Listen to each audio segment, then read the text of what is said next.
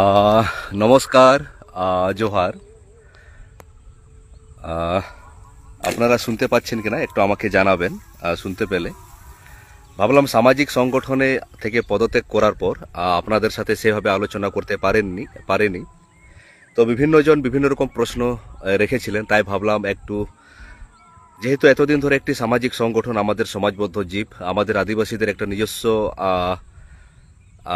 Culture থাকে, একটা process থাকে, সেটা আমরা মেনে আসছিলাম। সেখান থেকে আমি পদত্যাগ করেছিলাম হঠাৎ করে অনেকেই ভাবছিলেন, কিন্তু হঠাৎ করে সেই পদত্যাগ করেনি। এটা আজকে আপনাদের সাথে বিভিন্ন মানুষের বিভিন্ন রকম প্রশ্ন ছিল, তো ভাবলাম আপনাদের যদি কারো প্রশ্ন থাকে, আমার কিছু কিছু প্রশ্ন মনে আসতেছে। আর এখনো যদি আপনাদের কোনো প্রশ্ন করার থাকলে আপনারা প্রশ্ন করতে পারেন। ধীরে ধীরে আমরা আলোচনা করব। একটু দেখিয়ে দিই, এই মুহূর্তে আমি আছি আমাদের জেলার। আমাদের ধান লাগানো হয়েছে প্রচুর পরিমাণে, এদিকে আমাদের ভুট্টা আছে, এদিকে গম আছে। তো একটু প্রবলেমের জন্য আমাদের উত্তরবঙ্গের আমি আছি। জমিতে ধানে জল দেওয়া চলছে আমাদের সেলোর মাধ্যমে। তো ভাবলাম একটু আছে, একটু আপনাদের সাথে, এদিকে মেশিন চলছে, সেলো চলছে, আপনাদের সাথে একটু আলোচনা করে নিই। তো আপনাদের যদি কোনো প্রশ্ন থাকে আপনারা অবশ্যই জিজ্ঞাসা করে নিতে পারেন, নিচে কমেন্ট করে নিতে পারেন। আর সাউন্ডটা আসছে কিনা আপনারা একটু জানাবেন। দাদা জোহার। অবশ্যই জোহার, খুব সুন্দর। হ্যালো দাদা, কেমন আছেন? একটু ভালো আছে, একটু শারীরিকভাবে একটু সমস্যা ছিল, প্রবলেম ছিল। আহ, বোনের বিয়েতে অনেক একটু পরিশ্রম গেছে, তো তুলনামূলক এখন অনেকটাই ভালো আছি। তো এবার বলি যে যে সামাজিক সংগঠন থেকে যে রিজাইনের মূল কারণটা আপনাদেরকে বলে দিই। আপনাদের প্রশ্ন চলতে থাকুক, আমি সেখানে বলতে থাকি। তো আপনারা জানেন যে আমাদের আমি ইন্টারভিউতে বা বিভিন্ন রকম ভিডিওতে আমি এই কথাটাই বলে গেছি যে আমরা সমাজবদ্ধ জীব। সেই যখন ওই সম্ভবত এরিস্টটলের নাকি একটা পলিটিক্স যে একটি বই আছে, সেখানে বলেছিল যে পলিটিক্স নামে, তখন যে ছোট্ট ছোট্ট রাষ্ট্র বা সমাজের কথা বলা হতো। আমরা একটি সমাজবদ্ধ মানুষ, সমাজ থেকে ধীরে ধীরে আমাদের একটা যে সিস্টেম থাকে, সেখান থেকে মানুষ একটা দলবদ্ধভাবে বসবাস করি, এবং সেই সমাজের কিছু অংশ, বিশেষ করে আমরা আদিবাসী সমাজের একটু খুব ভালোভাবে ধরে রেখেছি। তো সেখান থেকে একটি সমাজ থেকে ভালো ডাক্তার বেরোয়, ভালো উকিল বেরোয়, ভালো শিক্ষিত মানুষ বেরোয়, ভালো সায়েন্টিস্ট বেরোয়, ভালো খেলোয়াড় বেরোয়। তেমনি আমরাও যদি আশা করতে পারি ভালো নেতাই বেরোয়। তাহলে আমি যদি ধরে নিতে পারি যে আমাদের দেশের বা আমাদের সব কিছু হচ্ছে সমাজনীতি, তো আমিও ঠিক তেমনি আমাদের সমাজ, আপনারা জানেন যে আমাদের যতগুলো আদিবাসী সমাজ আছে, প্রত্যেকটা সমাজের একটা নিজস্ব কৃষ্টি কালচার আছে। তার মধ্যে বিশেষ করে আমরা যারা আদিবাসী সাঁওতাল সম্প্রদায়ের, আমাদের একটু যে মাঝি মোড়ল, গ্রামে 5 জনের যে মাঝি ব্যবস্থা থাকে, তারপরে আমাদের সেটাকে আরো বিশেষ করে উপরের দিকে অর্গানাইজ করার জন্য যে মাঝি পারগানা ব্যবস্থা, সেটা আগের যুগ যুগ ধরে চলে এসছে। তো সেই ব্যবস্থার আমি রাজ্য সহসভাপতি, যা পুনর্যোগ্য পারগানা ছিলাম। তো আমি সেখান থেকে পদত্যাগ করলাম। তার কারণটা হচ্ছে, বর্তমানে যেহেতু আমাদের দেশ গণতান্ত্রিক দেশ, আমাদের দেশের, আমি আগেও বলেছি, সবচেয়ে বড় যে পোস্টটা হচ্ছে প্রধানমন্ত্রী, নির্বাচিতর মাধ্যমে সেখানে হয়। এবং আমাদের যেখানে আইন প্রণয়ন হয়, যে উচ্চ কক্ষ বা লোকসভা নিম্ন কক্ষ যেটাকে বলি, রাজ্যের ক্ষেত্রে তেমনি বিধানসভা থাকে কিছু কিছু রাজ্যে, সেখানে বিধান পরিষদও আছে, যদিও আমাদের পশ্চিমবঙ্গে এখন বিধান পরিষদ নেই। তো আপনারা আমাদেরকে জানেন, বিশেষ করে হয়তো যারা আমার ফেসবুকে ধীরে ধীরে অনেক বন্ধু হয়েছে, অনেক পরিচিত হয়েছে, আপনারা অতটা বুঝতে পারবেন কিনা। আমাদের যারা আদিবাসী সাঁওতাল সম্প্রদায়ের যারা আছেন, আপনারা খুব ভালো করেই বুঝবেন। তো এর আগেও আপনাদেরকে বলেছিলাম, আপনারা আমাকে অনেকে জিজ্ঞাসা করেছিলেন, অনেককেও আমি দেখেছি আমার এফবিতে এরকম কমেন্ট করেছে যে সে সেখানে লিখেছে x SSB, x police, x PNRD staff, x বর্তমানে কলেজে কর্মরত। তো বলে দিই, কোনোটাই ফেক না, সব কিছুই আমার জীবনের একটা ধাপের অঙ্গ ছিল, অল্প অল্প করে করেছি। তার মূল কারণটা আপনাদেরকে আরেকবার বলেছিলাম, প্রত্যেকটা ইন্টারভিউতে বলেছিলাম, বিশেষ করে এটা বলার কিছু নেই। আমি আরেকবার বলছি যে এই যে গণতান্ত্রিক ব্যবস্থায় আমি দেখেছিলাম আমাদের যে আজকে মূল টপিকটা আছে যে আমাদের ভারতীয় রাজনীতিতে আমাদের পিছিয়ে পড়া সমাজ, সেই দলিত বলুন, আদিবাসী বলুন, যে আমাদের যে ভূমিকা কি, যদি সত্যিকারের যদি আমরা দেখি যে কিছু কিছু নেতা ছাড়া, যে আমাদের ডাক্তার ভীমরাও আম্বেদকর, তার পরবর্তীতে দু একজন নেতা ছিলেন যারা নেতাগিরি করেছেন, না হলে আমরা শুধু সব চামচাগিরি করেছি। আমি অন্যের কথা বলছি না, আমি হয়তো নিজেরও কথা বলছি। হয়তো আমরা সেই পরিবেশটা তৈরি করতে পারিনি যেখানে আমরা নেতাগিরি করব। আমাদেরকে কারো পিছনটায় ধরতে হয়েছে চামচাগিরি করার জন্য। তো সেই জন্য আমি আবার দেখেছি আমাদের পঞ্চায়েত নির্বাচনগুলিতে আমাদের সমাজ থেকে কি হতো, আপনারা দেখবেন যেখানে আমাদের রিজার্ভেশন সিট থাকে, সে এমএলএ বলুন, এমপি বলুন বা যে কোনো জায়গায়, সেখানে দেখা হতো যে সবচেয়ে অযোগ্য মানুষকে, যার পড়াশোনার মান সবচেয়ে কম, যে ভালো কথা বলতে পারে না, যে প্রশ্ন করতে পারে না, সেই সমস্ত মানুষদেরকে বিভিন্ন রাজনৈতিক দল থেকে সেখানে টিকিট দিয়েছে। সে বিজেপি বলুন, টিএমসি বলুন, সিপিএম বলুন, কংগ্রেস বলুন বা যা কিছুই বলুন। হয়তো সেখানে ভালো ভালো মানুষ ছিল সেখানে প্রতিদ্বন্দ্বিতা করার জন্য, বা যারা ভালো কাজ করতে পারবে, ভালো বলতে পারবে, সংবিধান জানবে, সেখানে বিধানসভায়, লোকসভায় সেখানে প্রশ্ন তুলতে পারবে। আপনারা দেখবেন যে আমাদের এমএলএ এমপিদের যদি আপনারা যদি পাস রেকর্ড দেখেন আমাদের রাজ্যের, বিশেষ করে আমাদের আদিবাসীদের, যতটা কম শিক্ষিত বলা যায় ততটাই কম, যতটা না বললেও নয়। তারা বিধানসভায় হয়তো তাদের যদি আমরা প্রশ্ন উত্তর পর্ব দেখি বা লোকসভায় যদি প্রশ্ন উত্তর পর্ব দেখি, সেখানে না কি বরাবর। তাহলে যে জায়গায় আইন পাস হয়, যে জায়গায় মানুষের জন্য, আমাদের দেশের জন্য, উন্নয়নের জন্য কথা বলতে হয়, কোনো জায়গায় সমস্যা হলে সেখানে প্রতিবাদ করতে হয়, তাহলে সেই জায়গায় কেমন মানুষ গেছে আপনারা সহজে অনুমান করতে পারছেন। আপনি উত্তরবঙ্গ বলুন, দক্ষিণবঙ্গ বলুন, আমাদের দেশের বিভিন্ন জায়গায় যেখানেই বলুন না কেন। ঠিক তেমনি আপনারা পঞ্চায়েত স্তরেও দেখবেন যে গ্রামের সবচেয়ে সাধারণ, ঠিক আছে কেউ সাধারণ মানুষ, এটা আমি অবশ্যই সম্মান করি, কিন্তু ভালো খেলোয়াড় হবে তবে না তাকে ফুটবল মাঠে নামাবো। ভালো কেউ গান করে তাকে না তাকে স্টেজে উঠাবো। তো ভালো কারো যদি নেতৃত্ব ক্ষমতা না থাকে, তাকে সেখানে পঞ্চায়েতে তাকে প্রধান করে দিলাম, তাকে পঞ্চায়েত সমিতিতে সভাপতি করে দিলাম, বা জেলা পরিষদের সভাধিপতি করে দিলাম, জাস্ট শুধু সে গাড়ি পাচ্ছে, সিট পাচ্ছে, তার পিছনে যারা থাকছে তারা সব কিছুই করে নিচ্ছে। আপনাদের এখনো খারাপ লাগবে যে আমাদের আদিবাসী সমাজের যারা নেতৃত্বরা ছিল এখনো কি অবস্থায় আছে। তো সেই জন্য আমি চেয়েছিলাম যে আমাদের দেশের যে সার্বিক ব্যবস্থাটাকে,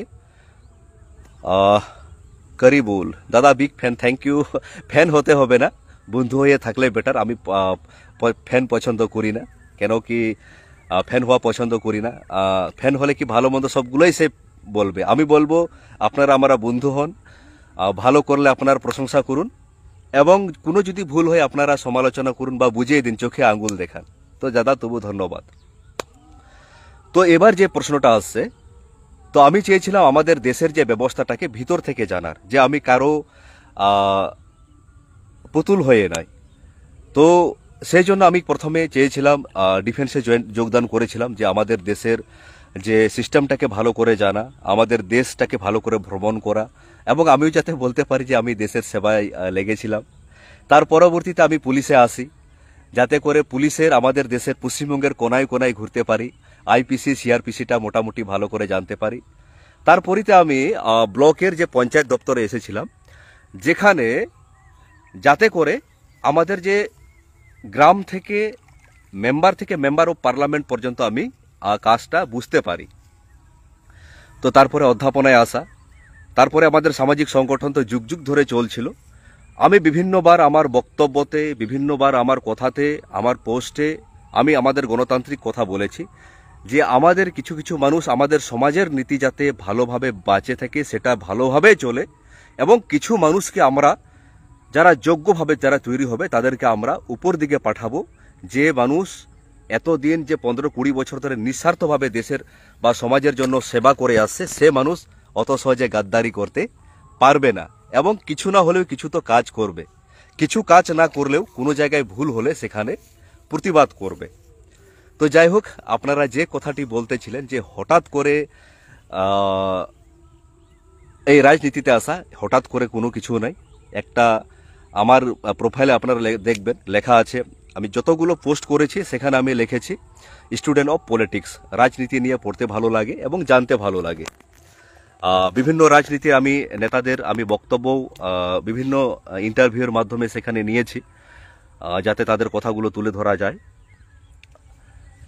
তো এটা একটা প্রসেস ছিল। হ্যাঁ, আমি রাজনীতিতে গেলাম একটু সিস্টেমেটিক, আমাদের যেমন, ঠিক যেমন আমাদের পৃথিবীতে বিজেপি ভালো কি মন্দ আমি ঠিক বলছি না, কিন্তু যেহেতু তাদের যে আরএসএস এর যে ব্যবস্থা আছে ঠিক সেভাবে তারা এটাকে চালায়, যে আরএসএস এ যতদিন থাকলো সেখান থেকে পদত্যাগ করার পরে পার্টির কোনো সে সেখানে পদ ধরে।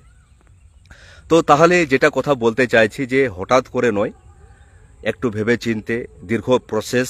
আমি আমার নেতৃত্ব এবং আমাদের উত্তরবঙ্গের প্রত্যেকটা নেতৃত্বকে, সে আমার গ্রামের বলুন, অঞ্চল লেভেলের বলুন, ব্লক লেভেলের বলুন বা জেলা, আমাদের রাজ্য, সবাইকে জানিয়েছিলাম যে আগামী দিনে যারা আমাদের ভালো কাজ করবে আমরা তাদেরকে সংসদে পাঠাবো।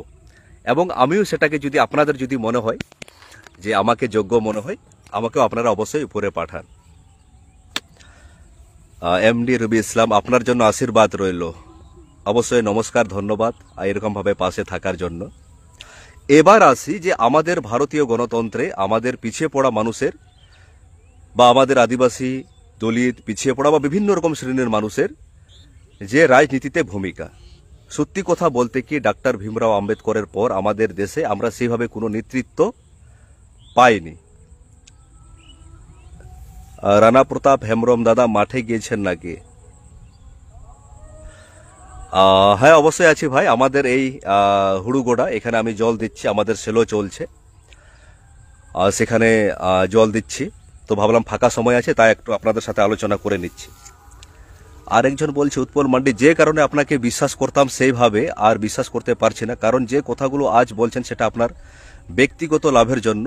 আর আগে যে বাপি সরেন ছিলেন সে অনন্য, সে এক জাতির কথা বলতেন। অবশ্যই আমি সেটা আপনাদের পর সময় কথা বলবে, একদিনে কাউকে বিশ্বাস করা অবিশ্বাস করা সেটা তো নয়। আমি জাতির কথাই বলছিলাম।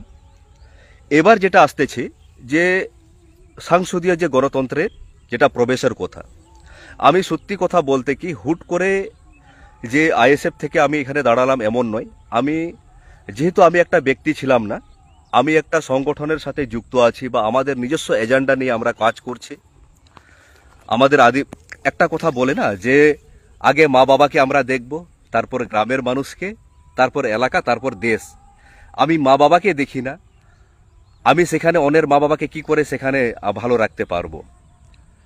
তো যেহেতু আমরা আদিবাসী, প্রথমে আমাদের আদিবাসী সমাজের কথাই বলতে হবে এবং আমাদের আদিবাসীকে আমরা এগিয়ে নিয়ে যাব। ধীরে ধীরে দেশ যেটাকে বলেছে যে কেউ যদি পিছিয়ে থাকে সে দেশটা পিছিয়ে থাকে, আমাদের আদিবাসী সমাজের মানুষকে যদি আমরা আগিয়ে নিয়ে যেতে পারি তখন ধীরে ধীরে দেশের যে জিডিপি সেটাও বাড়বে। এবার মূল কথায় যেটা আসে যে বিভিন্ন রাজনৈতিক দল থেকে আমি কথা বলেছি যে অস্বীকার করার কোনো কিছু নেই। আমি তাদের মূল ইন্টেনশনটা জানতে চাইছিলাম। আমাদের দেশের সিস্টেম কি আছে যে বিধানসভা নির্বাচনের মাধ্যমে এমএলএরা নির্বাচিত হয় এবং যে আমাদের লোকসভার মাধ্যমে এমপি নির্বাচিত হয়, যে লোকসভার জন্য। কিন্তু তাদের উপরে কারা থাকে? সবচেয়ে উপরে থাকে কোনো পার্টির, একটা পার্টি একটা নির্দিষ্ট লক্ষ্যের জন্য গঠন হয়, যে টিএমসি বলুন, বিজেপি বলুন, একটা পার্টির এজেন্ডা থাকে, তারপরে সেখানে নির্বাচনী একটা এজেন্ডা থাকে। একটু প্রশ্নটা দেখে নিই। Sir, ISF update YouTube channel এর আপনার একটা ছোট্ট ইন্টারভিউ নিতে চাই, কিভাবে কন্ট্যাক্ট করবো আপনার সাথে? দাদা, আপনাকে আমি পার্সোনাল নাম্বার দিয়ে দিচ্ছি, আপনি নিতে পারেন। আপনাকে আমি ইনবক্স করে দিচ্ছি নাম্বারটা। তো প্রথমে বলি, আমার রাজনীতিতে মূল আসার প্রথমে তো আমি চাইবো, আমি যেহেতু আমার এই দেশ, আমার ভারতবাসী,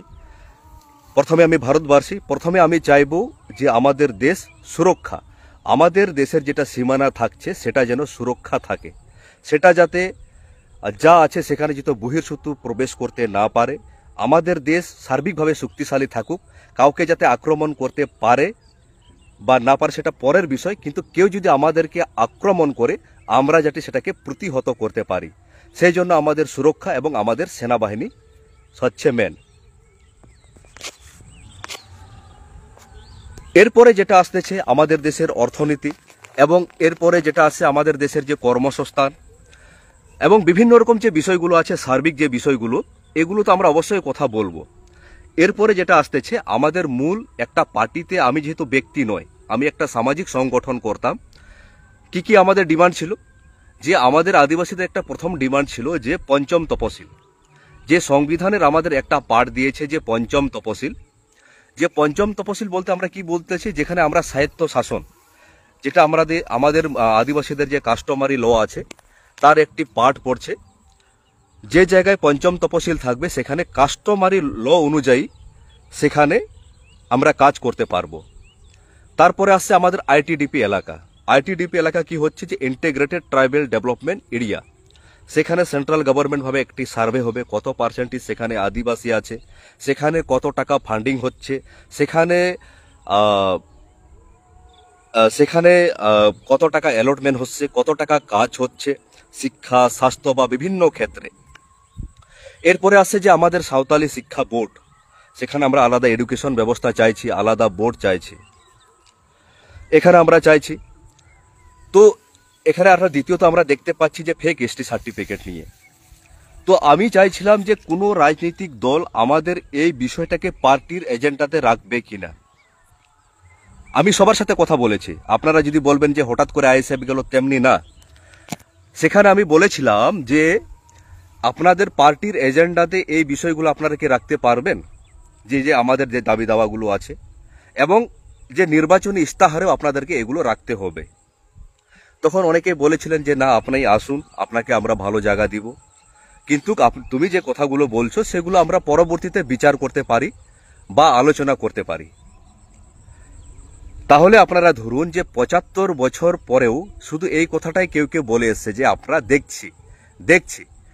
আমাদেরকে শুধু নেতৃত্ব করার সুযোগ দেওয়া হয়নি, আমাদেরকে শুধু তারা জো হুজুর, তাদেরকে পায়ে ধরো, তাদেরকে শুধু জো হুজুর করো, তারা যেটা বলবে, তারা হচ্ছে রাজা মহারাজা। আমরা ইতিহাসের যে বিভিন্ন পাঠগুলোতে দেখতাম যে আমরা শুধু তাদের সিংহাসনের নিচে পাদুকা চুম্বন করব, ইতিহাসের বিভিন্ন পাতায় দেখেছি। তারা আমাদেরকে নেতৃত্ব করার সুযোগ দেবে না, আপনার যতটাই থাকুক। বিভিন্ন পার্টিতে দেখবেন সেরকম। আমি যদি ইতিহাসের কথা ধরি, যে সময় মানুষ ইংরেজদেরকে ভগবান রূপে পূজিত করত, আদার কাস্টদের ফর্সা গায়ের রং ফর্সা দেখে, সেই সময় আমরা আদিবাসীরা তাদের বিরুদ্ধে বিদ্রোহ করেছিলাম। এবং আপনারা এটাও দেখবেন, আমি এত দূরে গেলাম না, একটু সাধারণ হিসাবে আপনাদেরকে বুঝিয়ে দিচ্ছি। আমাদের পৃথিবীর সবচেয়ে জনপ্রিয়তম খেলা হচ্ছে ফুটবল। এই মুহূর্তে পৃথিবীর প্রত্যেকটা দেশেই ফুটবল খেলে। আমাদের পশ্চিমবঙ্গে যদি আপনারা দেখেন, গ্রাম থেকে ব্লক থেকে জেলা লেভেল পর্যন্ত যে কোনো ফুটবল দলের খেলোয়াড় 11 জনে 10 জনে আদিবাসীরা থাকে, আদিবাসী দলিত পিছিয়ে পড়া মানুষের শ্রেণীরা থাকে। কিন্তু সেটাই যখন স্টেটে যায়, আমাদের আদিবাসীদের সংখ্যা হুট করে কমে যায়, একজন চলে আসে। আবার যখন আমরা ন্যাশনালে দেখতে পাই, সেখানে কি হয়ে যায়, আমাদের কাউকে আমরা সেখানে দেখতে পাই না। কেন? তাহলে এখানেও একটা অনেক বড় ষড়যন্ত্র, অনেক বড় সংরক্ষণের চেয়ে ভয়ঙ্কর সংরক্ষণ কাজ করছে, যেখানে আমরা যেটাকে বলি নেপোটিজম।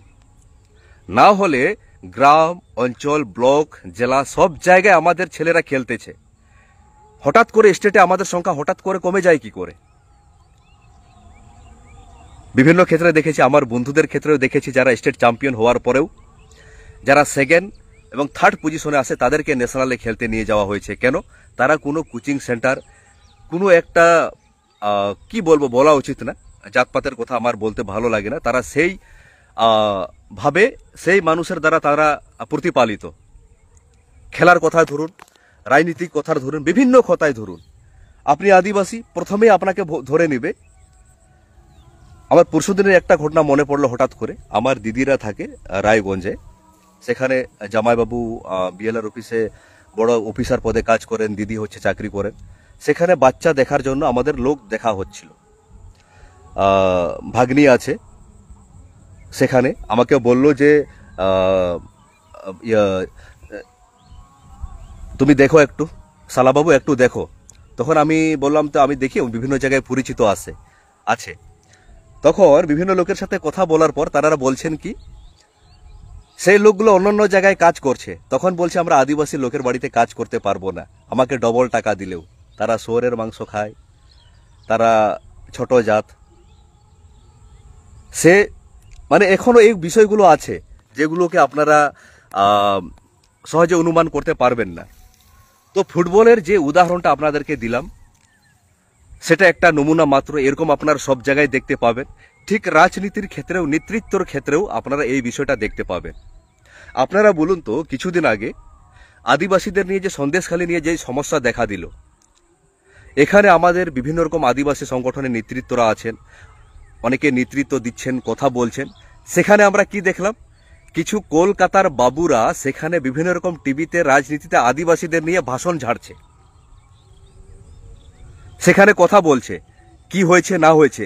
আমি কোনো টিভিকে দেখলাম না, কোনো চতুর্থ স্তম্ভকে দেখলাম না যে আদিবাসী মানুষদেরকে সেখানে কথাগুলো বলার সুযোগ দেওয়া হোক।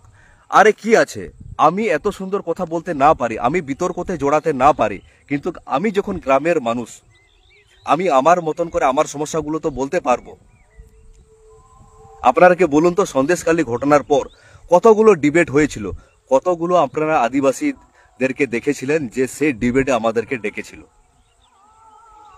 একজন কেউ না, কোনো সংগঠন থেকেও না, কোনো নেতৃত্ব থেকেও না। কলকাতার কিছু বাবুরা আমাদের আদিবাসীদের নিয়ে সেখানে ঝাড় ঝাড়ছে, বিভিন্ন রকম কথা বলছে।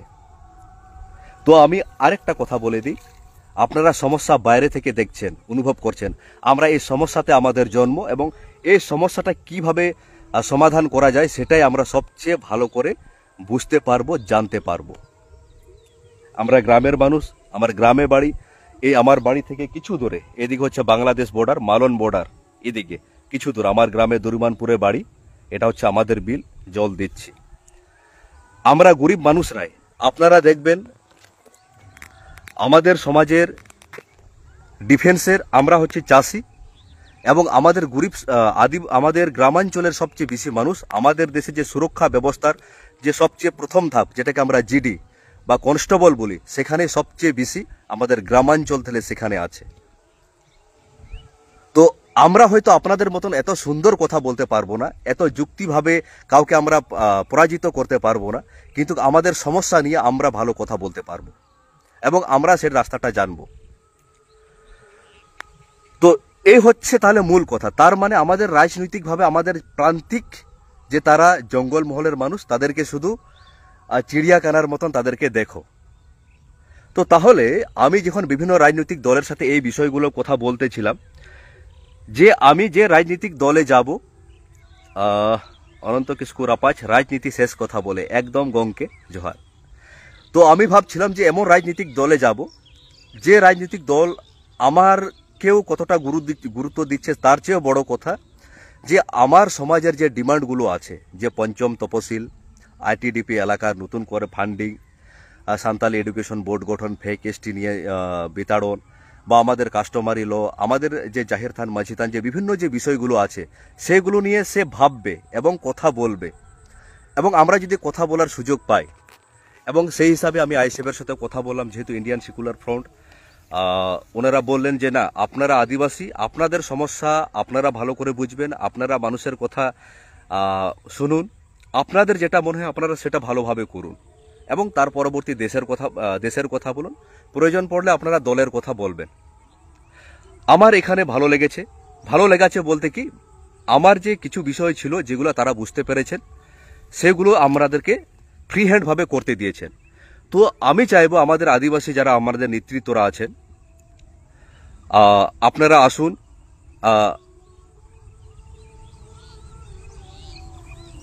অনেকগুলো প্রশ্ন আসছে, যাই হোক আমি কথাটা শেষ করে দিই।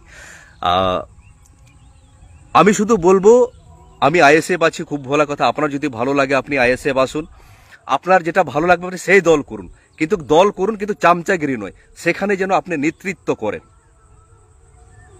আপনি কোনো ফুটবল টিমে আছেন, সেখানে আপনি ফার্স্ট 11-এ না থাকুন, কিন্তু প্রথম 18 জনের মধ্যে থাকুন, যাতে আপনি সেখানে পরবর্তীতে খেলার সুযোগ যাতে অবশ্যই পান। না পেলেও ধীরে ধীরে যাতে আপনার যে প্রতিভা আছে সেটা যেন বিকশিত হয়। আপনি বিজেপি যান, আপনি টিএমসি যান, আপনি কংগ্রেস যান, সিপিএম যান, যেটাই যান, যাতে করে সেখানে আপনি আমাদের কথাগুলো বলতে পারেন, আমাদের কথাগুলো মানুষের জন্য বলতে পারেন, এবং সেখানে আপনি জিতে যাওয়ার পরে বিধানসভায় আপনি কথা বলতে পারেন আপনার মতন করেই। লোকসভাতে 0 আওয়ার থাকে। আমি একটা কথা বলতে চাইছি, আমি আইএসএফ এ নেতৃত্ব দিচ্ছি, আমি এই দলে যোগদান করেছি, প্রার্থী হয়েছি। আপনার ভালো লাগবে, আপনারা আসুন, আমাদেরকে সাপোর্ট করুন। যে যে বিষয়গুলো আমরা তুলে ধরছি, আপনি এই পার্টিটা না করুন, অন্য যদি আরো অনেক পার্টি আছে আপনি সেটা যদি করুন, এবং সেখানে আপনি নেতৃত্ব দিন, কারো চামচাগিরি করবেন না। মানে চামচাগিরি বলতে আপনারা দেখে আসেন 75 বছরেও, আমি আরেকবার বলছি, কেন এতটা আমরা পিছিয়ে উন্নয়নশীল দেশ হয়ে আছে শুধু, যেখানে চীন আমাদের চেয়েও, আমাদের সমকালীনে, আমাদের পরবর্তীতে সেখানে স্বাধীন হওয়ার পর চীন এখন সুপার পাওয়ার, আমেরিকাকেও টেক্কা দিচ্ছে, জাপান একটি ছোট্ট দেশ, সেখানেও টেক্কা দিচ্ছে। তার কারণটা হচ্ছে, আমি যে রবি ঠাকুরের যে একটা উক্তিটা আমরা যেটা শুনেছিলাম, যারে তুমি পশ্চাতে ফেলিবে সে তোমাকে পশ্চাতে টানিবে। আমি বারবার আদিবাসীর কথা কেন বলি? আদিবাসীরা আমাদের যেহেতু একটা দেশের অংশ, পিছিয়ে পড়া মানুষের, আমাদের যদি শিক্ষা স্বাস্থ্য ব্যবস্থা যদি কম আসে, আমাদের জিডিপি, আমাদের যে ইনকাম ব্যবস্থা, যেটাকে আমরা দেশকে ট্যাক্সও দিতে পারবো না, আমরা যদি এগোই, আমরা দেশ এগোবে, দেশ যদি এগোই আমাদেরকেও ভালো লাগবে। অন্যান্য সমাজের অনেক নেতৃত্ব আছেন, অন্যান্য সমাজের অনেক ভালো ভালো বুদ্ধিজীবী আছেন, অনেক সায়েন্টিস্ট আছেন, যেহেতু আমাদের সমাজে সেইভাবে এখনো উঠে আসেনি, তাই আমাদের এটা একটু প্রথম পদক্ষেপ চলছে। ফিলিপ দা কোথায় হিজুবে আমি ঘড়ি লাঙ্গার মারাওয়া, এই যে দাদা আমাদের ফিলিপ দা এখানে বিষ দিচ্ছে, তো সেই জন্য বলছি, এই জন্য আমার আইএসএফ এ যাওয়া, যেখানে আমি মন খুলে নেতৃত্ব দিতে পারছি এবং যেটা যেটা চেয়েছি। এবং আমার আরেকটা জিনিস খারাপ লেগেছে, যে আমি কিছু আমাদের দেশে আমি দেখেছি, আমরা স্টেশনে যাবেন, বিভিন্ন জায়গায় শহরতলিতে যাবেন, যে অনেক মানুষ শীতকালে ফাঁকা জায়গায় পড়ে থাকে। তাহলে আমরা কেমন উন্নত দেশ হলাম, উন্নয়নশীল দেশ হলাম, যে আমরা এখনো আমাদের কিছু মানুষ রাস্তায় পড়ে থাকে, সেভাবে ডেড, কেউ যদি মারা যায় সেটা ফেলে দেওয়ারও কেউ থাকে না। সেটা রাজনীতি কিছু না করতে পারলেও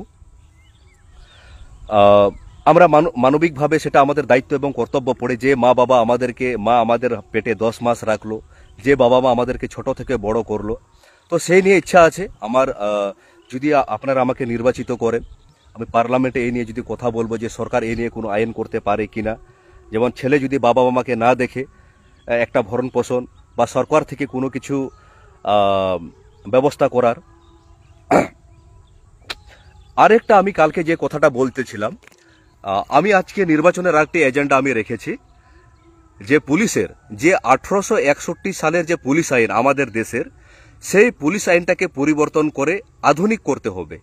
সেই আইনটাকে আধুনিক করার পর প্রত্যেকটা পুলিশ পার্সনকে বাড়ির 40 হোম ডিস্ট্রিক্ট অথবা 40 কিলোমিটারের মাধ্যমে তাকে পোস্টিং দিতে হবে, এবং সপ্তাহে ঐচ্ছিক ছুটি, যেটা আমরা আমেরিকাতে আছে, কানাডায় আছে, বিভিন্ন উন্নয়নশীল দেশে আছে। কেন কি 1861 সালে যখন পুলিশ ল ফরমেশন হয়েছিল, তখন তারা লর্ড কর্নওয়ালিসের আমলে বৈদেশিক শক্তি ছিল, যাতে কোনো পুলিশ বিদ্রোহ করতে না পারে, তাদের মতন করে আইনটাকে বানানো হয়েছিল। এখনো সেটাকে কি করা হচ্ছে, আমাদের পুলিশকে কবজা করে রাখা দেওয়ার পর দল দাসে পরিণত করানো হচ্ছে। সেই পুলিশ এমন কন্ট্রোলের মধ্যে তাদেরকে রাখা হচ্ছে, সে যাতে যে দল ক্ষমতায় থাকছে তার কথা যাতে উঠে বসে তার মতন করে না শুনে সে বাড়ি ঠিক মতন আসতে পারবে না।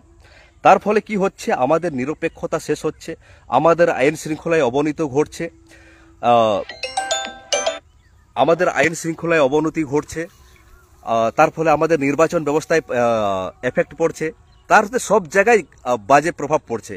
এবং সর্বোপরি আমাদের পুলিশ অনেকে সুসাইড করছে, ডিউটির পর ডিউটি, ঘন্টার পর ঘন্টা। কেউ চাইছে আমি কোনো সরকারকে সমর্থন আমি নিজের নিরপেক্ষতা বজায় রাখবো, কিন্তু অনেকে চেয়েও পারে না, সেখানে নিরপেক্ষতা বজায় রাখতে পারে না। তার কারণটা হচ্ছে আমাদের যে সিস্টেম, শুধু রাজনৈতিক ব্যবস্থায় আমরা রাজনৈতিক দলকে আমরা বারবার বদল করেছি, আমরা কিন্তু সিস্টেম বদলের কথা বলিনি।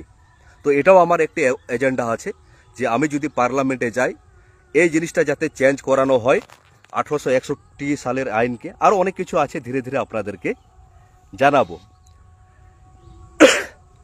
ফিলিপ দা হ্যাঁ বসুন, ওটা মিশে নেবো তোরা বাঞ্চে কা। তো এবার আপনাদের প্রশ্নগুলো একটু দেখে নিই।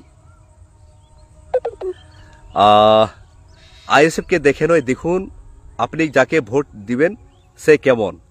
একদম অবশ্যই দাদা, যেমন আমার একটা কথা মনে আছে, আমাদের দেশ, আমাদের রাজ্যের যে মাননীয় মুখ্যমন্ত্রী কে বলেছিলেন যে কোনো প্রার্থীকে দিবে ভোট দেবেন না, আমাকে দেখে ভোট দিবেন। ওনাকে দেখে জেতানো হলো। যখন তার কোনো এমএলএ চুরি করছে, কোনো মন্ত্রী চুরি করছে, তখন কি বলছে, সে চুরি করেছে, আমি তো দায়ী নই, আমার কি যায় আসে। ভোট চাওয়ার সময় বলছেন আমাকে দেখে ভোট দিন, কিন্তু যখন সে চুরি করছে তখন বলছেন আমি তো চুরি করিনি। সেই নিয়মতে চলবে না। আমাদের ফিলিপ দা আমার সব সময়ের সহযোগী, আমাদের গ্যাস স্প্রে দিচ্ছিল, আমরা এখন জমিতেই আছি। আরেকটা প্রশ্ন আমরা দেখে নিচ্ছি। আমি যদি ঝাড়গ্রামে থাকতাম তবে আপনার ভোট আপনি পেতেন। অবশ্যই দাদা ধন্যবাদ। ভোট না পেলেও আপনাদের যে মনোবল, যেভাবে আপনারা সাহায্য করছেন, সেই জন্য আপনাকে অবশ্যই ধন্যবাদ জানাই। আর প্রশ্নগুলো দেখে নিই। যে আগাম জোহার জোহার। আমরা চাই আপনার হয়ে লোকসভাতে কেউ গর্জে উঠুক আমাদের সমস্যা নিয়ে, একমাত্র সেটা তুমি বলতে পারবে। ধন্যবাদ ভাই অনিল ভাই। আপনার একটা ভোট অনেক শক্তিশালী। আপনি ভাববেন বাপি সোরেন একটা ভোট কি করবে, এই একটা ভোট অনেক শক্তিশালী। তাই বলছি যাকে ভোট দিবেন সে যোগ্য কিনা তাই দেখুন। একদম আমরা একটা কথা কি বলি না, বুলেট, যে আমরা যখন ডিফেন্সে চাকরি করতাম আমি, তখন আমরা বলতাম এক বুলেটের চেয়ে ব্যালটের শক্তিটা অনেক শক্তিশালী। তো ওই জন্য একটা ভোট, নিজের একটা ভোট অনেক দামি, অনেক শক্তিশালী। তাই আপনারা যাকে দেবেন, আমি আরেকটা কথা বলি, আমি এখনো বলছি, ভোট আমাকে দিন বা না দিন, আপনারা ভোট অবশ্যই দেবেন। আপনার যাকে ভালো মনে হবে আপনি তাকেই দেবেন। প্রচার কবে শুরু করছেন স্যার? আমি কালকে যাচ্ছি, দক্ষিণবঙ্গে চলে যাচ্ছি, এবং কালকে থেকে আমাদের প্রচার একদম আগামী পর্যন্ত চলবে। উত্তরবঙ্গের কথা ভাবলেন না? অবশ্যই ভেবেছি দাদা। আমি যেহেতু কর্মসূত্রে দক্ষিণবঙ্গে থাকি, উত্তরবঙ্গ কথা ভাবছি। এবং আপনারা জানেন 2019-20 সালে আমি এমসের জন্য একদিনের আমরা অনশনে বসেছিলাম এবং বিভিন্নভাবে আন্দোলন করেছি এবং বলবই। কিন্তু যেহেতু আমি দক্ষিণবঙ্গে আছি, দক্ষিণবঙ্গে থেকে আমাদের সেখানে সম্ভব হচ্ছে না। জোহার, চিন্তা কোনো কারণ নেই, এই লড়াই শুরু হয়েছে, শেষ পর্যন্ত দেখতে হবে। অবশ্যই দাদা, অবশ্যই দেখব, আপনারা সাথে থাকুন। Thank you sir, thank you. এই হচ্ছে মোটামুটি রাজনীতিতে যাওয়ার। আমি চাইছিলাম আরেকবার, যে মূল কথাটা হচ্ছে আমি যেন কারো কাঠের পুতুল হয়ে থাকতে না পারি। আগে কাজগুলো জানার পর আমি যাতে সেখানে রাজনীতিতে প্রবেশ করি, জেতার পর যাতে আমি কাজ করতে পারি। না হলে কাজ করতে করতে শিখতেই তো 5 বছর পেরিয়ে যাবে। ইমদাদুল ইসলাম, দাদা আপনার বাড়ি কোথায়? দাদা আমার বাড়ি হচ্ছে, হচ্ছে আমাদের গ্রাম, এটা হচ্ছে আমাদের উত্তর দিনাজপুর। এদিকে আমাদের মালন বর্ডার, বাংলাদেশ 1 কিলোমিটার। এবং আমার দ্বিতীয় জন্মভূমি, কর্মস্থান এখন ঝাড়গ্রাম, যেটা লোকসভা, গোয়ালতোড়। আমি আরেকটা কথা বলছি, আপনারা যদি কোনো প্রশ্ন থাকে প্রশ্ন করতে থাকুন, চলতে থাকুক আমাদের উত্তরটাও। আমি ব্লকে 18 থেকে 2023 পর্যন্ত চাকরি করেছি। আমি ওই ডিপার্টমেন্টে চাকরি করতাম, বিভিন্ন দপ্তরে কথা বলতাম। তবু মনে হতো যে এই বিষয়টা যদি আগে জানতাম, কেন জানলাম না। সেখানে থাকাকালীন, সেখানে থাকতে থাকতেও আমি সব কিছু জানতে পারিনি। প্রত্যেক মুহূর্তই মনে হতো যে আরও নতুন কিছু যদি জানতে পারি, তাহলে আমি 6 বছর থাকলাম একটা ডিপার্টমেন্টে। তবু মনে হচ্ছিল যে সেখানে যদি আরও অনেক কিছু জানার ছিল আমার। আমি সেখানে স্টাডি করে চাকরি, কম্পিটিটিভ এক্সাম দিয়ে সেখানে ঢুকেছি।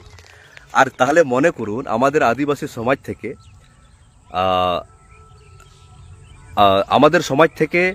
একদম যারা কিছুই পড়াশোনা নাই, একদম কিছু জানে না, সেই সমস্ত মানুষকে সেখানে তাকে জিতিয়ে যাচ্ছে একটি দল থেকে, তাকে কাঠের পুতুলের মতন ব্যবহার করছে।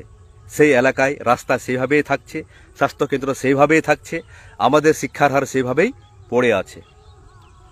এগিয়ে চলুন দাদা। ধন্যবাদ দাদা। কেমন আছেন? একটু ভালো এখন তুলনামূলক। অধীশ্বর গঙ্কে ঝাড়গ্রাম বলছে বাপি সোরেন জিতছে। ধন্যবাদ ধন্যবাদ গঙ্কে। মানুষের কাছে যান, মানুষের অধিকারের কথা বলুন। মানুষ আজ না বুঝলেও কালকে বুঝতে পারবে। অবশ্যই অবশ্যই দাদা বুঝছে, অনেকটাই আমাদের সচেতন হয়েছে। আমি এটুকু বলতে পারি, আমি আইএসএফে যোগদান করার পর, আমার নির্বাচনে প্রার্থী ঘোষণা হওয়ার পর থেকেই একটি রাজনৈতিক আমাদের আদিবাসী সমাজে একটা নতুনভাবে শুরু হচ্ছে। আমি দেখছি অনেকে এখানে আসতে চাইছে। আমি বলছি যে আপনাকে আইএসএফ আসতে হবে তেমন কোনো কথা নয়। আপনি নিজে দল গঠন করুন। আপনি যে দলে যাচ্ছেন, আপনার যে ডিমান্ড আছে সেটা যাতে পূরণ হয় এবং সেখানে যেন আপনি নেতৃত্ব প্রদান করেন, চামচাগিরি নয়। বাপিদা তুমি এগিয়ে চলো, আমরা তোমার সাথে আছি। ধন্যবাদ দাদা। এই দূর দূরান্ত থেকে আপনারা যেভাবে সাপোর্ট করছেন। আরও যদি কোনো প্রশ্ন থাকে আমাদের সামাজিক সংগঠন নিয়ে বা আমাদের নিয়ে,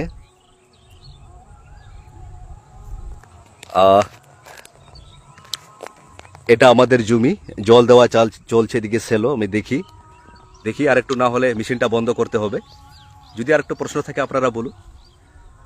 দাদা লড়াই চালিয়ে যান, আমি সাপোর্ট করব অবশ্যই দাদা। ধন্যবাদ দাদা। আশা রাখছি ঝাড়গ্রাম জেলার প্রত্যন্ত গ্রামে গিয়ে আপনি সেখানকার মানুষের সমস্যার সমাধানের সঙ্গী হবেন এবং তাদের যে সমস্যা সে সমস্যা সমাধান করবেন। অবশ্যই দাদা আপনারা তো জানেন, যারা আমাকে চিনে আমাদের সমাজে, আমি সব সময় যখনই ছুটি পাই, যখন আমি হবিবপুরে ছিলাম, ব্লকে চাকরি করতাম, আমি সেখানে কোচিং সেন্টার খুলিয়েছিলাম প্রান্তিক মানুষদের জন্য, ডিফেন্সের। অনেক ছেলে মেয়ে চাকরি পেয়েছে ফ্রি অফ কস্ট। সকালে প্রায় গ্রামে গ্রামে যেতাম মানুষের কাছে, আবার অফিস করার পর বিকালে মানুষের দ্বারে পৌঁছতো। ঠিক সেভাবেই মানুষের কাছে পৌঁছবো। দাদা আপনাকে মুখ্যমন্ত্রী হিসাবে দেখতে চাই, লাভ বাঁকুড়া বিষ্ণুপুর থেকে। ধন্যবাদ দাদা। এই যে বলছেন, এই যে আপনারা ভাবতে পারছেন, সেটাই অনেক। পরবর্তীতে সেটা কিভাবে আমরা এগিয়ে নিয়ে যাব, কি করব, সেটা পরের ব্যাপার। কিন্তু আমরা ভাবতে পারছি তো। যেমন কোনো ইঞ্জিনিয়ার কোনো বাড়ি করে, যেমন আমরা ধান লাগিয়েছি, প্রথমে কি করি, জমিটাকে তৈরি করতে হয়, তারপর চারা, এটাকে গাছি বলে আমাদের ভাষায়, চারা বীজ সেটাকে বপন করতে হয়, তারপর সেটাকে লাগাতে হয়, তারপর এই যে জল দিতে হচ্ছে, স্প্রে দিতে হচ্ছে, একটা তো আমি প্ল্যানিং করব। এমডি মৈদুল শাহ, বাপিদা আমার ফ্রেন্ড রিকোয়েস্ট অ্যাকসেপ্ট করার জন্য অনুরোধ করছি দাদা। আমি দেখি লাইভ চলাকালীনে করতে পারছি কিনা। ঠিক আছে দাদা, আমি করে নিচ্ছি আপনার পরবর্তীতে। হাসদা হ্যাপি বাহা পরব রি সারহা বাইহা। তো যাই হোক, মূল উদ্দেশ্য হচ্ছে হঠাৎ করে কোনো কিছুই না। আমি ভারতবাসী, ভারতের দেশের জন্য কথা বলবো। আমি আদিবাসীদের অধিকারের জন্য আগেও কথা বলেছি, এখনও বলবো। যদি বলতে পারি রাজনীতি করব, বলতে না পারলে সেদিনেই ছেড়ে দিব। যে রাজনীতির জন্য আমার পেট চলছে না। আপনারা জানেন আমি একটি কলেজের অধ্যাপনা করি, সহকারী অধ্যাপক হিসাবে। একটি ভালোই সম্মানজনক বেতনও ভালো আছে মোটামুটি। আর আমাদের জমি জমাও আছে, এখানে চাষবাস হয়। ছুটির দিনে আমরা এখানে আসি, এখানে বিভিন্ন মাধ্যমে চাষবাস আছে, ভালোভাবে চলে যায়। ছোট মোটো বিজনেসও আছে। যে আমার রাজনীতিটা কোনো উপার্জনের জায়গা নয়। রাজনীতিতে গেছি কিছু করার জন্য, দেশের জন্য কিছু করার জন্য। যে আমরা অনেকেই ভাবি যে ইংরেজ ছিল, সেই সময় যদি জন্মাতাম আমরা ইংরেজের সাথে লড়াই করতাম। ওটা না, আমাদের সংগ্রাম সবসময় যুগে যুগে চলতেই থাকে। তো কলেজে অধ্যাপনা করি, মোটামুটি বেতন চলার মতন। চাষবাস আছে, বিজনেস আছে, আরও বিজনেস আছে, এবং অনলাইন থেকেও টুকটাক ইনকাম হয়। তো ভালোই চলে, এদিক দিয়ে কোনো অসুবিধা নাই।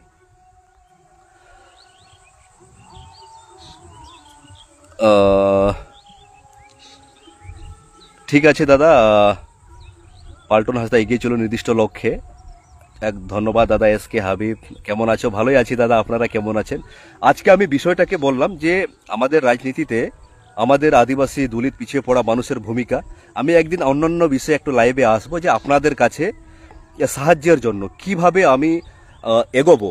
আমি মনে করুন যে কোনো আইএসএফ থেকে প্রার্থী হয়েছি, কিন্তু যাতে সংসদে যাতে কথা বলতে পারি, আর কি বললে ভালো হবে, কিভাবে বললে ভালো হবে। মানুষ আমরা প্রত্যেক মুহূর্ত শিখি। সেখানে অনেকেই বলে গেছেন, মানুষ যেদিন ভাবে যে আমি অনেক কিছু শিখে নিয়েছি, আজ থেকে আমার কোনো শিক্ষার শেষ নেই, তো ধরে নিতে হয় সেদিনে মানুষের মৃত্যু হয়ে যায়। মেশিন কো বন্ধ কেদা সেছে, জল চলছে আমাদের।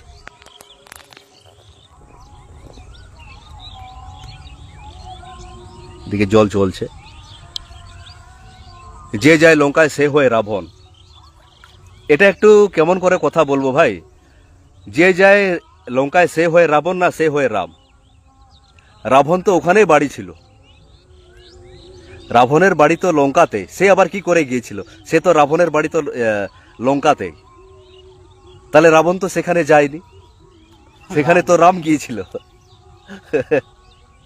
তাহলে এই প্রবাদটাই তো মনে হয় কোথাও একটা ভুল আছে, আমার তো সেরকম মনে হচ্ছে। কারিবুল, পিছিয়ে পড়া মানুষের জন্য নওশাদ, একদম দাদা খুব সুন্দর কাজ করছেন আমাদের চেয়ারম্যান। মিলুন, আমরা সবাই আছি তোমার পাশে, তুমি আমাদের পাওয়ার, একদম তোমরাও থেকো ভাই। এছাড়া আমি বাপিদার কাছে আশা রাখছি যে তিনি আইএসএফ দল থেকে জিতে এসে আমাদের সমস্যার সমাধান সংসদে ভবনে তুলে ধরবেন, একদম অবশ্যই। আমি সবসময় চেষ্টা করেছি। মনোজ বোস, চোখ খান খোলা রেখে মাথা ঠান্ডা রেখে এগিয়ে যেতে হবে, শত্রু কিন্তু তোমার অজান্তেই। একদম দাদা, শুধু আমরা রাজনীতির কথা কেন ছেড়ে দিলাম? আপনি গ্রামের কথাই বলুন না। আমরা যখন গ্রামে যখন থাকি, কে যে বন্ধু, কে যে মিত্র, কে যে ভালো চাইছে, কে যে মাংস খেতে খেতে আপনার অমঙ্গল কামনা করছে, সেটা আমরা বলতে পারি না। সেটাও আমাদের অবশ্যই মাথায় আছে। রাজনীতির ক্ষেত্রেও আপনারা অবশ্যই আপনারা সাবধান করে দিচ্ছেন।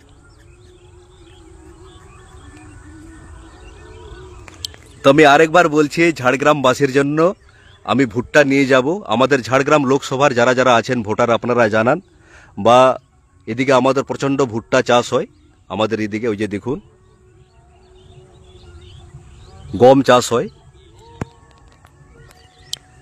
আরও কোনো প্রশ্ন থাকলে বলুন, না হলে লাইভটা শেষ করবো, আর অনেক কাজ আছে। এখানে মেশিন বন্ধ করেছে কিনা, জল দিতে হবে। এমডি মৈদুল সাহা, দাদা ঝাড়গ্রাম আপনাকে চাইছে, প্রচারে নেমে পড়ুন। ঝাড়গ্রাম আদিবাসীদের কাছে পরিচিত হতে হবে দাদা। একদম দাদা, আমি নামছি। আপনারা হয়তো অনেক কিছু আমি অন ক্যামেরা বলতে পারছি না, কেন আমি উত্তরবঙ্গে আছি। আপনারা যদি আমাদের চেয়ারম্যান সাহেবও জানেন, আমাদের রাজ্য কমিটিরাও জানেন, না হলে এই মুহূর্তে আমার বাড়িতে থাকার কথা না। আমি এমনিতেই কাজ পাগল মানুষ, সব সময় আমি মানুষের দ্বারে পৌঁছে থাকি। একটি বিশেষ কাজের জন্য আমি এখানে আছি।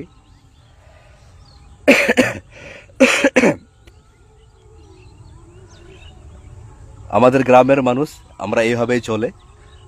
কোনো প্রশ্ন যদি না থাকে আপনি শেষ করছি, এর পরবর্তীতে বিভিন্ন রকম লাইভ ভিডিওতে আমি আসব আলোচনা করার জন্য। আমি এটুকু বলতে পারি, ঝাড়গ্রাম যদি আপনারা আমাদের লোকসভার যারা যারা আছেন, এদিকে আমাদের প্রচণ্ড ভুট্টা আছে, এদিকে ভুট্টা খাওয়াবো আপনাদেরকে, এদিকে আমাদের বাংলাদেশ বর্ডার ঘুরতে আসার জন্য। এই হচ্ছে জোহার কি দাদা, জোহার। লাইভটা শেষ করব কিনা আরেকটা একটা প্রশ্ন দেখে নিই, ভালো লাগছে কথা বলতে।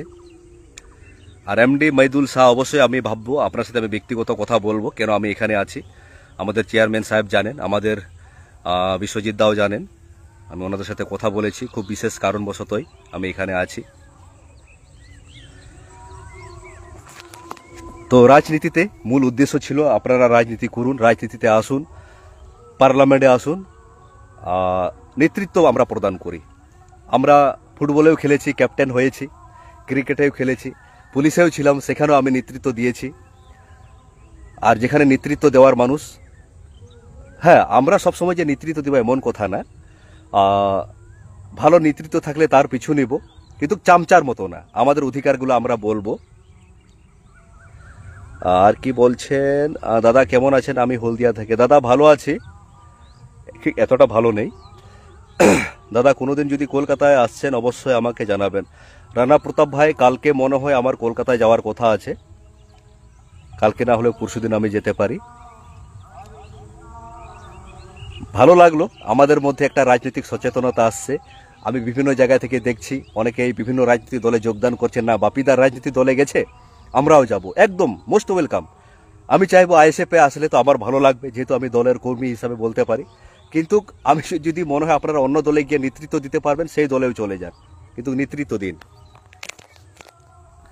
এখানে হাতও ব্যথা হয়ে যাচ্ছে ধরতে ধরতে।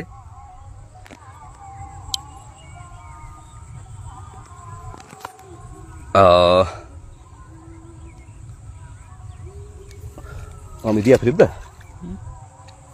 चला तो तुला gisam pecor kita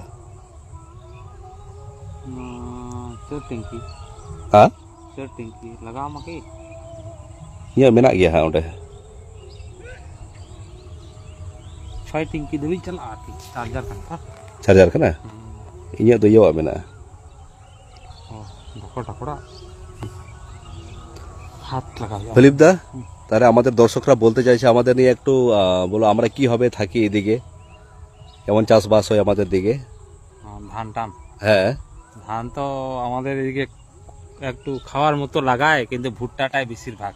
ভুট্টাটাই না? হ্যাঁ, ভুট্টাটা আমাদের কারণ অর্থের দরকার তো, হ্যাঁ হ্যাঁ, তাই ভুট্টাটাই বেশিরভাগ হয়। তাহলে ঝাড়গ্রাম, আমি ওদিকে দাঁড়িয়েছি, এদিকের লোক জানে? হ্যাঁ, কয়েকজন জানে, পুরোপুরি তো আর জানবে না, আস্তে আস্তে জানবে। আস্তে আস্তে জানবে না? ঠিক। মানে এদিকে এতটাই সাদা সিধা ভাবে থাকে মানুষ যে আমার লোকসভায় আমরা কে প্রার্থী হয়েছি কেউ ওটা বুঝে না। আমি যে কলেজের অধ্যাপক সেটা হয়তো অনেকে জানেও না। আমরা একদম সাধারণভাবেই থাকি, অনেকেরই হয়তো সেটা মাথাও আসেনি। তো তবু হয়তো দু একজন জানে। আমি যেটা জানি মনে হয় অনেক লোকেই হয়তো জানেই না যে আমি যে লোকসভায় প্রার্থী হয়েছি। ওটা তো বাদ দিন, আমি কলেজে চাকরি করি সেটা অনেকেই জানে না। এইভাবেই থাকি আমরা।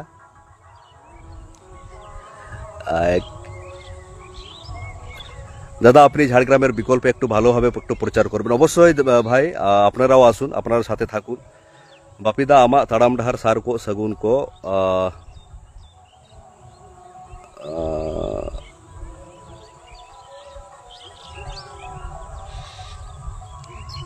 पंचायत मुर्मू अपिदा आमा थाड़ाम डहार सार को सगुन को आले झाड़ग्राम जिला खन आयमा आशा और थुम को अड़ी सरहाव गोंके आपे नौका के सूरत आन पे खूब भालो दादा।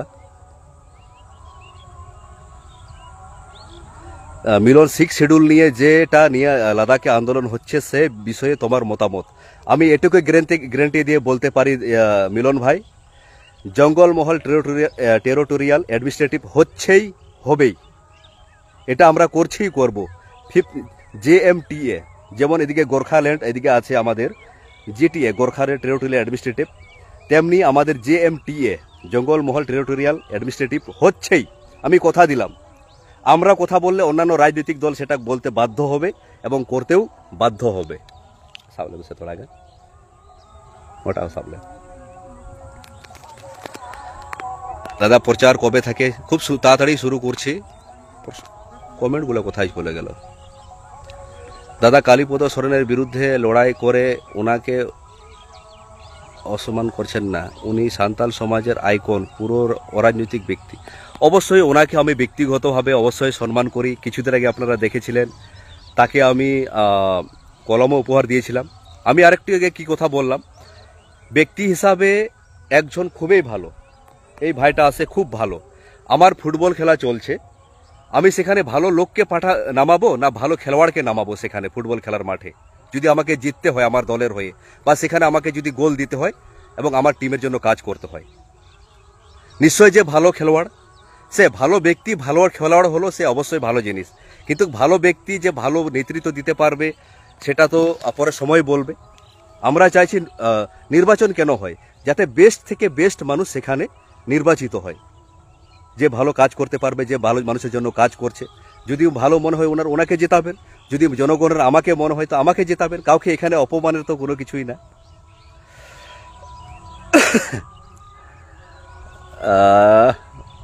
অনেকগুলো কমেন্ট আসতেছে। সুশীল মেশিন কো বন্ধ কেদা?